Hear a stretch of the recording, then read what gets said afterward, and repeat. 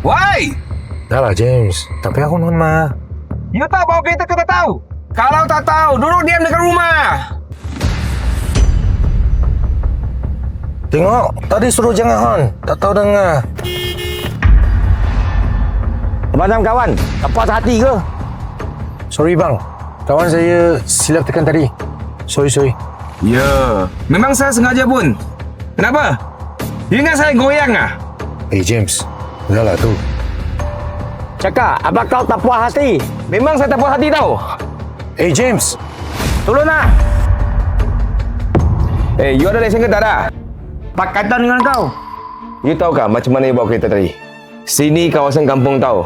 Bawa laju macam tu, tak langgar hal laju Oh, bawa laju je. Semua bawa laju kau. Lu ingat salah satu orang tak? Hello, saya belum habis lagi. Garis berkembang tadi. You syok-syok main potong macam tu saja. You ingat itu jalan bapa awak? Amoy, payah salam mulu you cakap ah. Kenapa? Tu polis ke? Atau TPJ? bukan macam tu bang. Tapi apa yang buat tadi bahaya tau.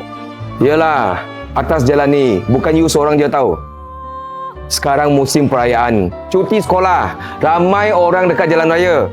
You ingat saya sengaja cari pasal ke? Kalau penguasa tangkap you tadi, saman 300. Atau blacklist, mungkin you tak kisah. Tapi you jangan lupa tau, silap-silap you terlanggar orang. Orang lain pun ada family tau. Family dia orang macam mana? Jangan pentingkan diri sangat bro.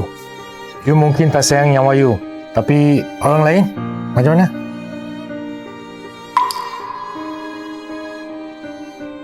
You ingat kami suka ke bising-bising macam ni? Tapi kalau kami tak tegur, mungkin orang lain yang jadi mangsa. Baik bro, saya faham. Saya minta maaf. Tak apa bro, kami bagi tahu je. Masing-masing ada tanggungjawab kan? Dan nak bulan baik dah. Sama-sama kita minta maaf, okey?